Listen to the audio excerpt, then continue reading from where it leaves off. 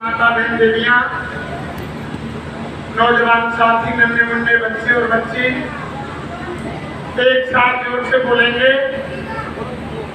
जिससे यमराज की छाती में जाकर धक्का लगे कि आज कुर्रा चित्तरपुर के अंदर विश्वविख्यात आला फकीर बाबा जगदेव जी महाराज के वचनों की चर्चा हो रही है। आप सभी जोर से बोलें, जय गुरुदेव, जय गुरुदेव, जय गुरुदेव, जय गुरुदेव, जय गुरुदेव। नाम किसका? प्रभु का, प्रभु का पावन प्यारा नाम जय गुरुदेव। कलयुग का कल्याणकारी नाम जय गुरुदेव, जय गुरुदेव, जय गुरुदेव। सर्वसमर्थ सर्वव्यापक मंच पर विराजमान बाबा जय गुरुदेव जी महाराज के चरण कमलों में कोटि कोटि बार नमन। पूजनीय वंदनीय प्रतापचंद बुजुर्गों,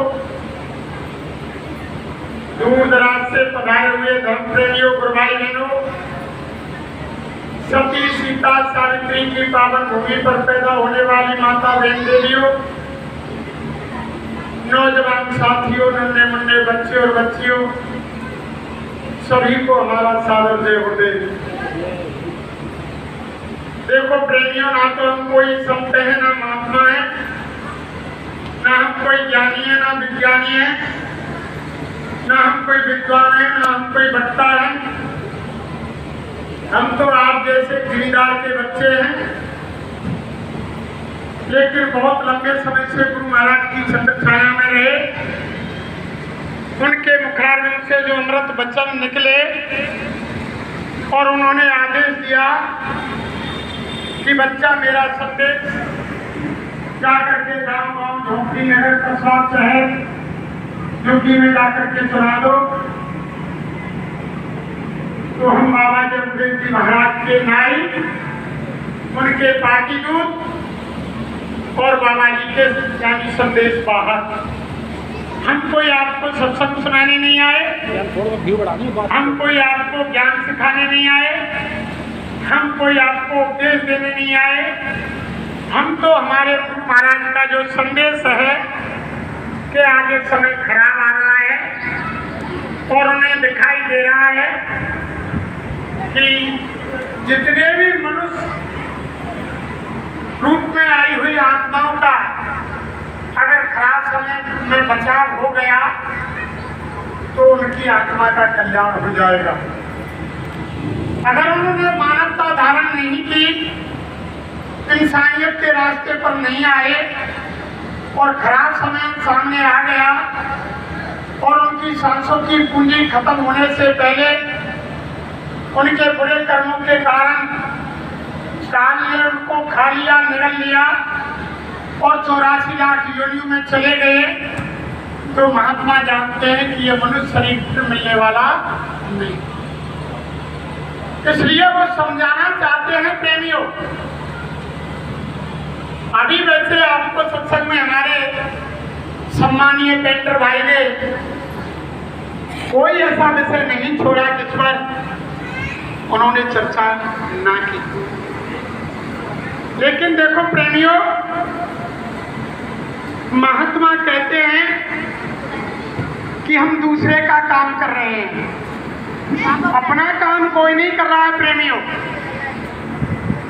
आज जब हम यहाँ सत्संग में आए हैं, आज ये अपना निजी काम है। अब आप ये कहेंगे कि दूसरे का काम कैसे कर रहे हैं? अब देखो, अच्छे अच्छे कपड़े पहनते हैं, किसके लिए? इस शरीर के लिए, ये शरीर हमारा सुंदर लगे और अच्छा अच्छा भोजन करते हैं, किसके लिए? इस शरीर के लिए, अच्छा खाना खाने के लिए हमारा शरीर बड़े स्वास्थ्य और तंदुरुस्त रहेगा। धन जमा करते हैं किसके लिए? कि चलो बुढ़ापे में हमारे लिए कोई भोजन नहीं देगा तो पैसा इकट्ठा कर ले, और औलाद पैदा करते हैं किसके लिए?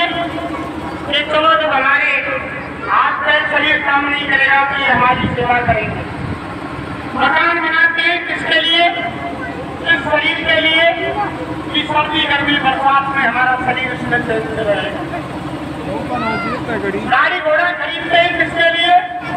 इस शरीर के लिए। चलो डेढ़ सर्दी गर्मी बरसात में ये शरीर यात्रा पर जाएगा, से रहेगा। तो देखो धर्म प्रेमियों, जो भी काम हमने किया दुनिया में किसके लिए किया? शरीर के लिए। और ये शरीर किसका है? ये आपका है, ये काल की अमानत है, ये समय से लिया है प्रेमियों। जब सांसों की पूंजी खत्म हो जाएगी उसी क्षण उसी जगह पर ये खाली करा दिया जाएगा। तो हम दूसरे का काम कर रहे हैं, जो भी काम कर रहे हैं दूसरे का कर रहे हैं। ये शरीर दूसरे का है, काल की अमानत है। लेकिन कभी आपने यह नहीं सोचा कि शरीर की कीमत किसके पीछे है? अगर शरीर से जीवात्मा निकाल दी जाए तो मैं सभी भाई बहनों से पूछूंगा, 8 घंटे पहले कोई भाई से कोई बहन से इतना प्यार कर रहा था कि मेरा परिवार का सदस्य है, और अगर जीवात्मा निकल गई तब 8 घंटे बाद क्या करेंगे? उसकी शक्ल देखना पसंद नहीं करेंगे, उसका मुंह ढक देंगे और कहेंगे कि इसकी शक्ल ढक दो, इसका चेहरा नहीं देखा जा रहा है। तो धर्म प्रेमियों, महात्मा कहते हैं कि वही शरीर है, वही रूप रंग है, वही चेहरा है, वही हाथ पैर है, वही सारी चीज है। लेकिन 8 घंटे पहले आप इससे प्यार कर रहे थे, अब ऐसा क्या हो गया?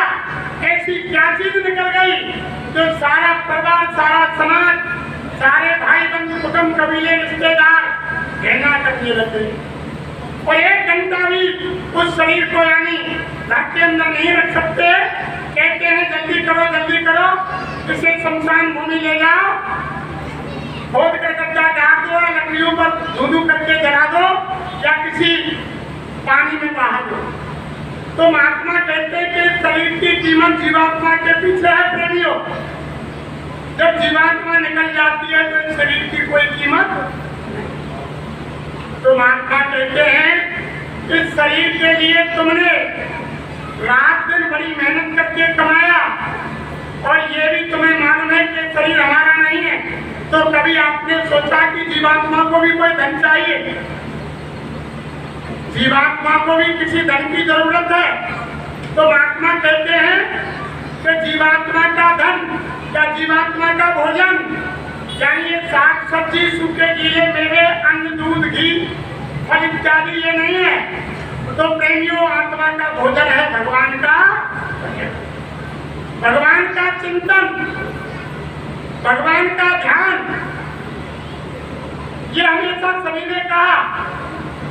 तो उसी वादे को याद दिलाने के लिए हमारे गुरु महाराज धरती पर आए, और गुरु महाराज ने यही कहा कि हम आए हुए देश से जहाँ तुम्हारा धाम, और तुमको घर पहुँचा एक हमारा एक काम लेकर के आए प्रेमियों हमारे गुरु महाराज।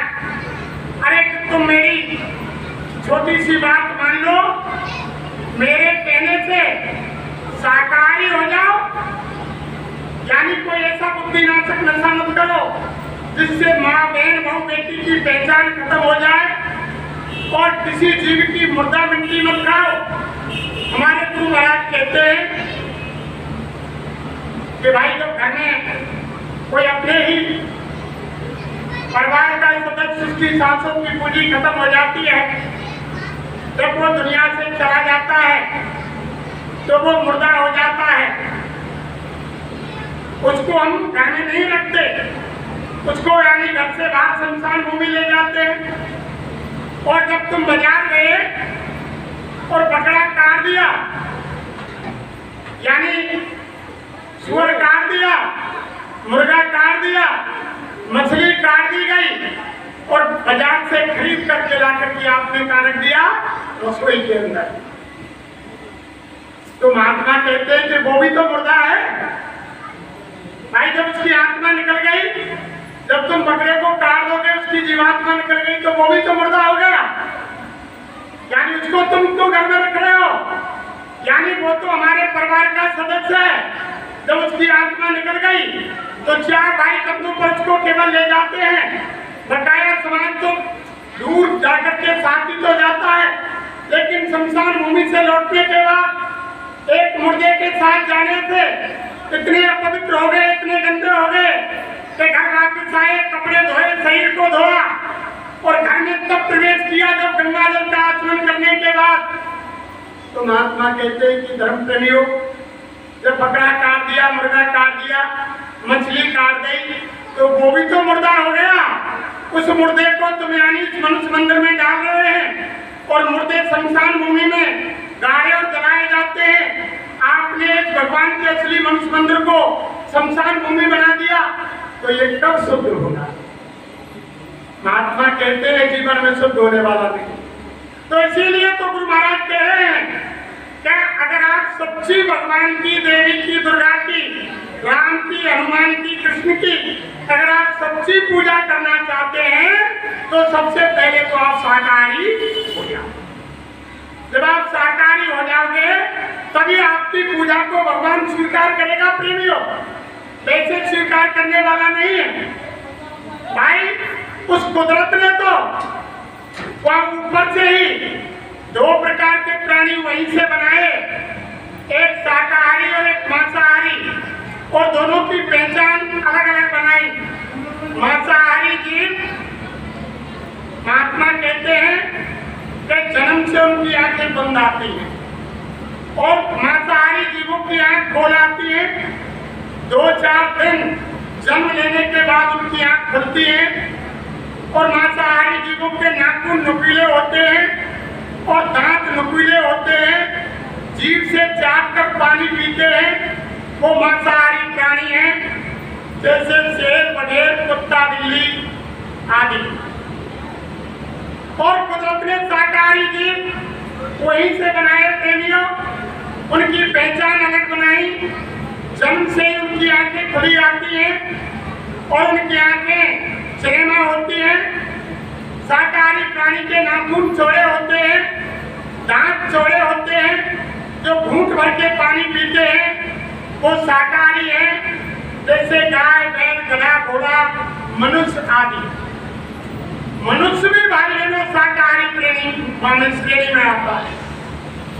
देखो, बुद्धि से विचार करो। महात्मा कहते हैं जितने भी शाकाहारी जानवर हैं वो अपनी यानी लाइन पर हैं, वो अपने रास्ते से यानी पथ भ्रष्ट नहीं हुए हैं। अगर गधा, घोड़ा, बैल, गाय शाकाहारी है, अगर उनके चारे में मांस का टुकड़ा डाल दिया जाए या कोई गंदी चीज डाल दी जाए या कोई कुत्ता बिल्ली टट्टी पेशाब कर जाए तो वो शाकाहारी जानवर उस चारे को नहीं खाएगा। 5 किलो दाना डालो आप, मुंह फेर कर खड़ा हो जाएगा, लेकिन उस चारे में भाई बहनों मुंह नहीं लगाएगा। तो महात्मा कहते हैं अरे इंसान, तेरे अंदर तो पूरे 5 तत्व हैं, तेरे अंदर बुद्धि, विवेक, ज्ञान है। एक जानवर जिसके अंदर 4 तत्व हैं उसमें बोलने की शक्ति नहीं, बुद्धि नहीं, फिर भी वो इतना जानता है कि क्या चीज खाने की है और क्या चीज नहीं खाने की है। और आप में बुद्धि, विवेक, ज्ञान होते हुए आप यानी शाकाहारी होते हुए अपने रास्ते से भटक गए और मांस, मछली, अंडे, शराब का सेवन करने लगे। जब धर्म प्रेमियों देखो, जब ये मालिक का दिया हुआ असली मनुष्य मंदिर, इसमें अगर आप गंदगी करेंगे, देखो गांव में मंदिर आप और हम बनाते हैं, वो ईंट, पत्थर, बजरी, कंक्रीट, सीमेंट का बना होता है, उसमें भगवान की मूर्ति रख देते हैं। और अगर उसमें कोई गंदगी कर दे तो पूरा गांव शहर नाराज हो जाएगा और यानी पंचायत हो जाएगी, दंड उसको दिया जाएगा। तो धर्म प्रेमियों मोटी बुद्धि से विचार करो। जिस मंदिर को हमने और आपने बनाया उसमें हम साफ सफाई रखते हैं, गंदगी करना नहीं चाहते। ये मनुष्य मंदिर को उस परमात्मा, उस खुदा, उस अल्लाह, उस गॉड, उस भगवान का बना हुआ है। जब हमको यानी इसे बनाने की हमें ताकत नहीं, तो इसे गंदा करने और तोड़ने की भी हमारी कोई हैसियत नहीं। अगर धर्म प्रेमियों आपने इसको गंदा किया और इसके अंदर तोड़ फोड़ की, तो जीवन में वो भगवान आपसे कभी खुशी नहीं होगा और भूल करके भी वो आपको ये मनुष्य शरीर वापस नहीं देगा। महात्मा कह रहे हैं कि आप शाकाहारी हो जाओ। सबसे पहली सीढ़ी यह है, तभी समझ में आएगा धर्म प्रेमियों, यानी माँ कौन है, बाप कौन है, भाई क्या है और पड़ोसी क्या है, पड़ोसी क्या है, रिश्तेदार कौन है, बुजुर्ग क्या होते हैं, हमें इनके साथ कैसा व्यवहार करना चाहिए। जब हम यानी शुद्ध भोजन करेंगे तो यानी हमारी बुद्धि शुद्ध होगी प्रेमियों, और हमारे शरीर में शुद्ध खून बनेगा। शुद्ध खून बनेगा तो बुद्धि शुद्ध होगी, बुद्धि शुद्ध होगी तो हमारे विचार शुद्ध होंगे, और हमारे विचार शुद्ध होंगे तो हमारे कर्म शुद्ध होंगे। और अगर हम अशुद्ध भोजन करेंगे तो हमारे शरीर के अंदर अशुद्ध खून बनेगा, अशुद्ध खून बनेगा तो हमारी बुद्धि अशुद्ध होगी, बुद्धि अशुद्ध होगी तो हमारे यानी कर्म भी अशुद्ध होंगे।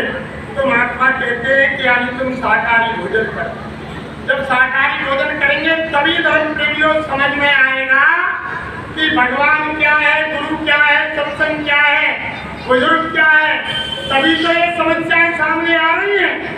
जो भी पेंटर साहब बता रहे थे कि आज के समय में उन्होंने बड़ी बीसी उन्होंने की कमाई से मजदूरी मेहनत करके यानी बच्चों को इतने स्तर पर पहुंचाया, मकान बनाया, शादी विवाह किया, अंत में आकर के बुजुर्गों को एक खाट बिछाने के लिए जगह नहीं, वो समझ ही नहीं रहे, उनमें संस्कार ही नहीं है प्रेमियों। वो संस्कार तभी मिलेंगे जब यानी हम सत्संग में जाएंगे, बुजुर्गों के पास बैठेंगे और यानी महात्माओं के पास जाएंगे, जब वो अच्छी अच्छी बातें बताएंगे तब बच्चे में संस्कार करेंगे प्रेमियों। तभी हमारे गुरु महाराज कहते थे, अरे बच्चे बच्चियों, छोटे छोटे बच्चों को भी साथ में लाया करो, उनमें भी संस्कार डाल दिए जाएंगे। यानी आप हम तो सत्संग में चले गए, अगर बच्चों को नहीं लगे तो उनमें यानी संस्कार नहीं बदलेंगे। फिर आप अंत में जाकर के माथा ठोकेंगे कि औलाद हमारा यानी आदेश नहीं मान रही है, हमारे बाप को नहीं मान रही है। जब संस्कार बदलेंगे तभी तो होगा। लेकिन आप और हमने तो यानी दुनिया के जमेले में, इस तन मन के मेले में, इस शरीर की रक्षा के उसमें और मन के खेल में यानी सारा जीवन व्यतीत कर दिया। आत्मा की तो कोई सुनी नहीं रहा प्रेमियों। तन और मन के मेले में यानी हर इंसान मन की मान रहा है और शरीर की हिफाजत में लगा हुआ है, रात दिन भौतिकवाद की तरफ दौड़ रहा है।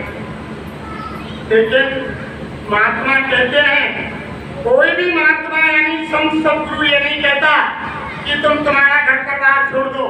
हर महात्मा यही कहता है कि ईमानदारी मेहनत से कमाई करो। जहाँ भी तुम करते हो ईमानदारी मेहनत की कमाई फलीभूत होती है। धर्म प्रेमियों, बेईमानी का कोई भी पैसा यानी फलीभूत नहीं होता है। हमारे गुरु महाराज कहते थे कि तुम्हारे घर के अंदर अगर 10,000 रुपया की रकम रखी हुई है ईमानदारी की कमाई, और तुम कहीं से 5,000 बेईमानी करके ले आए और उन्हीं में मिलाकर रख दिया, तो ऐसा कोई मौत मुकदमा, भारी बीमारी ऐसी लगेगी कि घर परिवार में ईमानदारी के रखे पैसों को भी बेईमानी के साथ में लपेट कर ले जाएगी। वो बचने वाला नहीं है। कल भी हमने आपको बताया कि वो कुदरत का कैमरा चल रहा है, उसकी नजर से आप बचने वाले नहीं है। तो मत बुरे कर्म कर बंदे, नहीं तो पछताएगा, और भगवान की नजर से तू कभी ना बच, उसकी नजर से नहीं बचेगा प्रेमियों। आप ये समझ रहे हैं कि उनकी नजर से बच जाए, तो ये महात्मा आपको बचाना चाहते हैं। और ये आपको यानी इसीलिए तो बाबा जय गुरुदेव ने अपने प्रेमियों को आदेश दिया, अपने बच्चों को के जाकर के बता दो क्या होने वाला है। ऐसा समय भविष्य में आ रहा है कि जो यानी सूरदास जी महाराज अपने सूर सागर में लिख गए। जब हमारे गुरु महाराज ने कहा, अरे बच्चे बच्चियों, हरियाणा और उत्तर प्रदेश की बॉर्डर पर एक छोटा सा गांव सी आज से 550 वर्ष पहले वह सूरदास जी महाराज हुए, जिन्होंने अपने पद में लिखा कि रे मन धीरज क्यों ना धरे। वो अपने मन से कह रहे हैं, अरे मन धैर्य रख, थोड़ा सब्र कर, धीरज रख, रे मन धीरज क्यों ना धरे। सम्मत 2000 के ऊपर ऐसो योग करे, पूरब पश्चिम उत्तर दक्षिण 14 काल फिरे, अकाल मृत्यु जगमई व्यापे, और यानी प्रजा बहुत मरे। ऐसा होगा प्रेम। तभी तो हमारे गुरु महाराज ने कहा कि लाशों के ऊपर लाशों का होगा नजारा, और सुनते तो जाओ संदेशा। सूरदास जी महाराज ने लिख दिया कि ऐसा कालकाल का चक्र चलेगा, चारों दिशाओं में जो यानी पापी कुटिल कुकर्मी होंगे, जो यानी मांस मछली अंडा शराब खाने पीने वाले होंगे, ऑटोमेटिक बीमारियां उनके लगेंगी, छाट छाट के प्रेमियों, गुरु महाराज कह रहे हैं, और यानी लाशों का बिछैया हो जाएगा। उन्होंने बताया कि सम्मत 2000 के ऊपर 100 योग करे, और अब कितना चल रहा है, 2078 है या 79 है, 2079 चल रहा है। इतना समय जो ये खिंचा, ये इनकी दया से खिंचा, ये बहुत दयालु है, इन्होंने समय को टाल दिया प्रेमियों। गुरु महाराज एक दिन मन से बोले, अरे बच्चा कोई भविष्यवाणी मत करना, सारी भविष्यवाणी टाल दी गई है और समय को आगे बढ़ा दिया गया है। ये शहंशाहों के शहंशाह ये जानते हैं, जब इन्होंने कहा कि मैं आंख बंद करके देखता हूँ तो मुझे खून की नदी बहती नजर आती है। अरे बच्चे बच्चियों, जो मैं बगीचा लगा रहा हूँ वो योजना मुझे नजर आ रहा है। तो साईं महाराज ने कहा, कोई भविष्यवाणी मत करना, समय आगे बढ़ा दिया और सारी भविष्यवाणी काट दी गई। इन्होंने भविष्यवाणियों को उल्लेख कर दिया। किसके पीछे? हमारे और आपके पीछे कि ये मनुष्य शरीर नहीं मिलेगा। फिर सूरदास जी ने क्या लिखा, जब धरती पर विनाश हो जाएगा और जब कम लोग रह जाएंगे, शाकाहारी सदाचारी रह जाएंगे, तब उन्होंने क्या लिखा कि 100 वर्ष तक शत्रु है और सुख की दशा फिरे, स्वर्ण फूलवन पृथ्वी फूले, धर्म की बेल बढ़े, काल ज्ञान से वही बचेगा जो सतगुरु ध्यान धरे, और सूरदास ये है की लीला तारे नहीं तारे। अरे मन धीरज क्यों ना अरे, ये महापुरुषों की वाणी है। जो रामायण में राम ने कहा कि मोर वचन पड़े चाहे फीका और संत वचन पत्थर की लीखा। राम ने कहा कि मेरे वचन तो फीके पड़ सकते हैं, मिथ्या हो सकते हैं, लेकिन महापुरुषों के वचन कदापि भी मिथ्या नहीं हो। ये बात हमारे गुरु महाराज ने मन से कही। अरे बच्चे बच्चियों, ये होश का मंच है। मैं जो भी बात करता हूँ या होश में करता हूँ, ये तो हो सकता है कि सूरज पूरब में उदय न होकर पश्चिम में निकलने लग जाए, आसमान जमीन पर आ जाए, जमीन रसातल में चली जाए, ये तो हो सकता है। लेकिन मैं जबान से खड़े बैठे जो भी वचन निकाल दूंगा वो इधर से उधर होने वाला नहीं। अरे धर्म प्रेमियों, बाबा जी का एक भी वचन करने वाला नहीं। ये ऐसे महात्मा है जिनका वचन करने वाला नहीं है। फिर सूरदास ने दूसरे यानी अपने पद में क्या लिखा प्रेमियों, फिर दूसरे पद में लिखा, उन्होंने तो यानी सम्मत भी बता दिया, लेकिन इन्होंने टाल दिया कि रे मन धीरज क्यों ना धरे। सम्मत 2000 के ऊपर 56 वर्ष चले। सूरदास ने लिखा कि 56 की साल में 2056 में, लेकिन इन्होंने सारी भविष्यवाणी काट के समय को आगे बढ़ा दिया। सूरदास ने लिखा कि रे मन धीरज क्यों ना धरे, सम्मत 2000 के ऊपर 56 वर्ष चढ़े, माघ मास संवत्सर व्यापे सामन ग्रहण करे, एकादशी को नक्षत्र 6 होए, अरब को चंद्र चढ़े, उड़ विमान अंबर में जाकर ग्रह युद्ध करे, और मारुत विष फेंके जग में प्रजा बहुत मारे। और 2-10 कोस सिखा हुआ जाती कंठ को तेज मरे और कान जाल से वही बचेगा जो सतगुरु ध्यान धरे। और सूरदास ये हर की लीला तारे नहीं, ये सूरदास जी ने अपने पद में आज से 550 वर्ष पहले लिखा प्रेमी कि ऐसा समय आएगा यानी अरब को चंद्र चढ़ जाएगा, 2-2 ग्रहण पड़ेंगे, ऐसा समय आ जाएगा यानी विश्व युद्ध होगा। चीन और पाकिस्तान भारत के ऊपर कीटाणु बम यानी गैस के बम डालेंगे और लोग खड़े खड़े सांस के अंदर जहर जाएगा, खड़े खड़े नाम सब जमीन पर जलेंगे और लाशों के ऊपर लाशों का बिछैया हो जाएगा। इतनी दूर तक विनाश होगा कि 2-10 कोस सिखा हुए जाती कंठ को तेज मरे कि 12-12 कोस पर यानी चिराग दिखाई देगा, यानी इंसान का नामो निशान नहीं मिलेगा 12-12 कोस तक। लेकिन हमारे गुरु महाराज मन से बोले, अरे बच्चा सूरदास लिखे 12-12 कोस।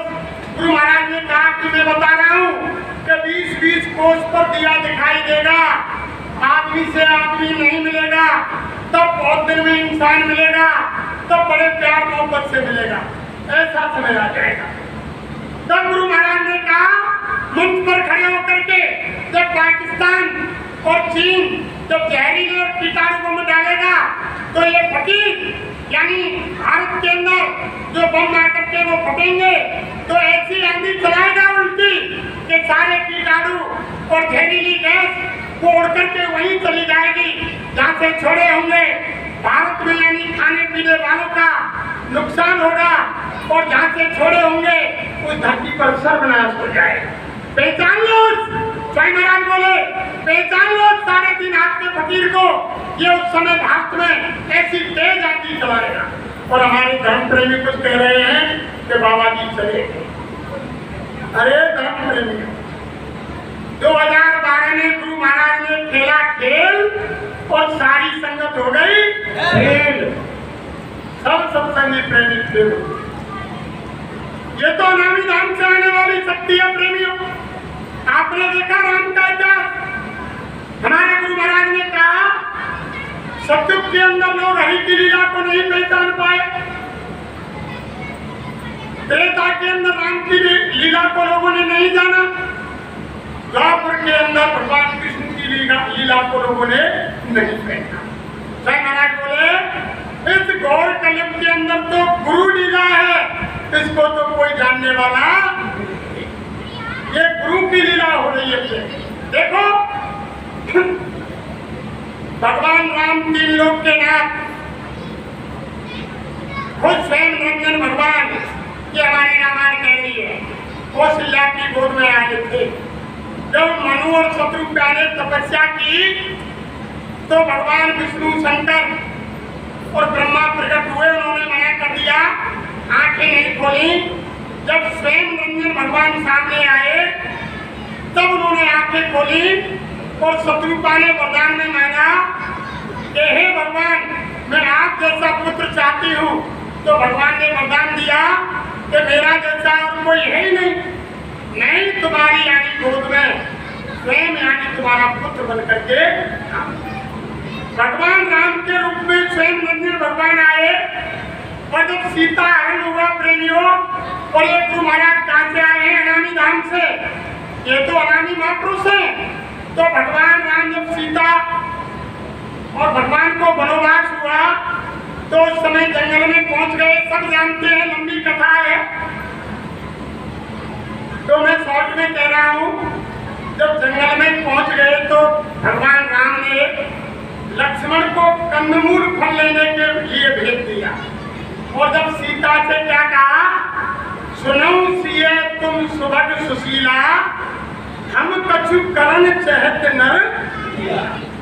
भगवान राम ने कहा, अरे सुनो सुकुमारी सीता जी, हम कुछ नरलीला यानी मनुष्य लीला करना चाहते हैं, आप हमारा सहयोग दो। तब सीता ने कहा कि प्राणनाथ मैं आपकी क्या सहायता कर सकती हूँ? तब राम ने क्या कहा, प्रिय तुम करो यज्ञ में वासा, करूं निशाचर नाचा। राम ने कहा है प्रिय सीते, तुम अग्नि में प्रवेश कर जाओ, मैं नकली सीता बनाता हूँ। ऐसा ही सीता ने किया, नकली सीता बना के तैयार कर दी। राम ने किया और असली सीता अग्नि में प्रवेश कर गई। लक्ष्मण कंदमूल फल लेकर आ गए। फिर रामायण में क्या लिखा है?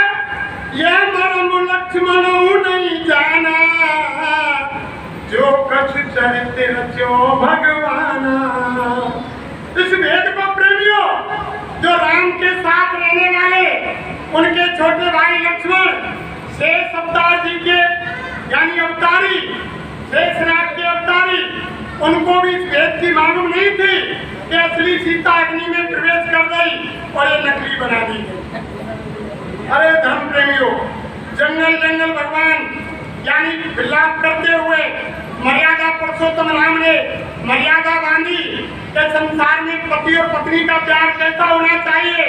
जंगल जंगल पूछा, अरे जंगल के जानवरों, पक्षियों, वृक्षों, लता बताओ, आप ही बता दो, आपने मृगनयनी सीता को देखा है, जनक दुलारी सीता को देखा है? यानी जंगल जंगल ढूंढते और रोते थे। लेकिन जब देखो प्रेमियों, जब अंत में जाकर के लंबी रामायण है, खेल खेले भगवान राम के अंदर इतनी ताकत थी कि अयोध्या में बैठ करके पूरे धरती के सारे विश्व के राक्षसों का विनाश अयोध्या में बैठ करके कर सकते थे। लेकिन ये इतिहास रचा नहीं किया। रामायण नहीं बनती प्रेमियों, विनाश तो हो जाता। योगेश्वर कृष्ण के अंदर इतनी ताकत थी कि मथुरा में बैठ करके सारे विश्व का विनाश कर सकता था राक्षसों का, लेकिन इतिहास नहीं बनता। तो इतिहास बनाने के लिए नवलीला करनी पड़ती है प्रेमियों। फिर रास्ते में देखो, रास्ते में भी सीता ने लीला की। जिस समय रावण यानी महात्मा का वेश करके, साधु का वेश बना करके सीता को आकाश मार्ग से ले जा रहे थे, तो उस समय जब जटायु ने देखा विलाप करती सीता जा रही थी, तो जटायु ने देखा कि कोई राक्षस आकाश मार्ग से अबला नारी को हरण करके ले जा रहा है। जटायु ने उड़ान भरी और जाकर के रावण में चौंक मारी और विमान को नीचे गिराया, रावण को घायल कर दिया। सीता विमान से उतरकर जटायु की तरफ आ गई और जब कुछ मूर्छा जगी, होश आया, तो जटायु रावण का युद्ध हुआ। जटायु ने रावण को कई बार यानी मूर्छित कर दिया। तब सीता ने क्या विचार किया प्रेमियों कि अगर ये तो बलवान है जटायु, अगर जटायु ने रावण को मार दिया तो यही सारी लीला खत्म, इतिहास ही नहीं रचा जाएगा। आगे इतिहास कैसे बनता प्रेमियों? जब सीता चोरी नहीं जाती तो इतिहास कैसे बनता? वही खेल खत्म हो जाता। तब सीता ने क्या सोचा कि अब क्या करूं? तब सीता ने मन में विचार किया, अरे कि रावण के पास अग्नि बाण है और यानी तीर, तलवार, धनुष बाण तमाम भाला हथियार चला रहा है और जटायु ऊपर उठ जाता है, मारा नहीं जाता है, और अगर जटायु ने रावण को मार दिया तो खेल खत्म। तब सीता क्या कह रही है प्रेमियों? यानी जटायु के ऊपर रखकर क्या अग्नि बाण की सुधि करो मेरे भाई, अब तुम युद्ध करो जटायु। सीता कह रही है जटायु की, अरे भैया जटायु, तुम इस रावण के सामने क्यों जा रहे हो? इसके पास अग्नि बाण है, उसकी सुधि करो। अगर तुमको मार दिया तो सारे पंख तुम्हारे जला देगा, तुमको भस्म कर देगा। अब रावण एकदम होश आयो कि जी वो खूब याद दिलाई, मुझे तो मालूम ही नहीं थी। अग्नि बाण रावण ने उठाया प्रेमियों और जटायु को मारा, सारी पंख जला करके गदेला।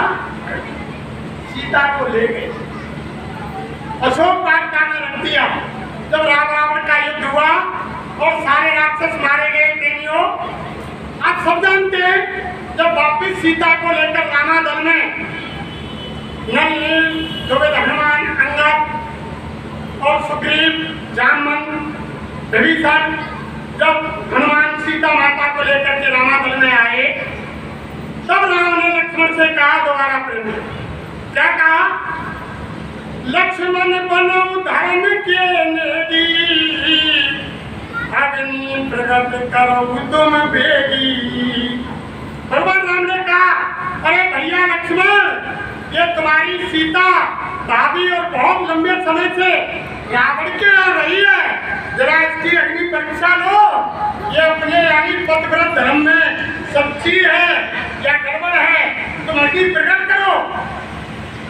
जब लक्ष्मण ने तुरंत अग्नि प्रकट की, जब अग्नि प्रकट की, नकली सीता ने अग्नि में प्रवेश किया प्रेमियों, जब असली बाहर निकली तब लक्ष्मण को मालूम था ये तो नकली सीता थी, असली तो आ रही है। तब बगल में जाकर के राम से कहा कि भैया राम, तेने पहले क्यों ना बताई कि नकली सीता है, तेने मार दुनिया को धरो करवा दियो, तमाम जगह जगह भटकवा दिए, बातें मित्रता करवाते, युद्ध लड़वाते, उनका लड़ाई। तो राम ने लक्ष्मण से कही कि भैया लक्ष्मण, अगर मैं इस लीला को, इस खेल को तुमको पहले बता देता तो मेरे बने बनाए खेल को तू चौपट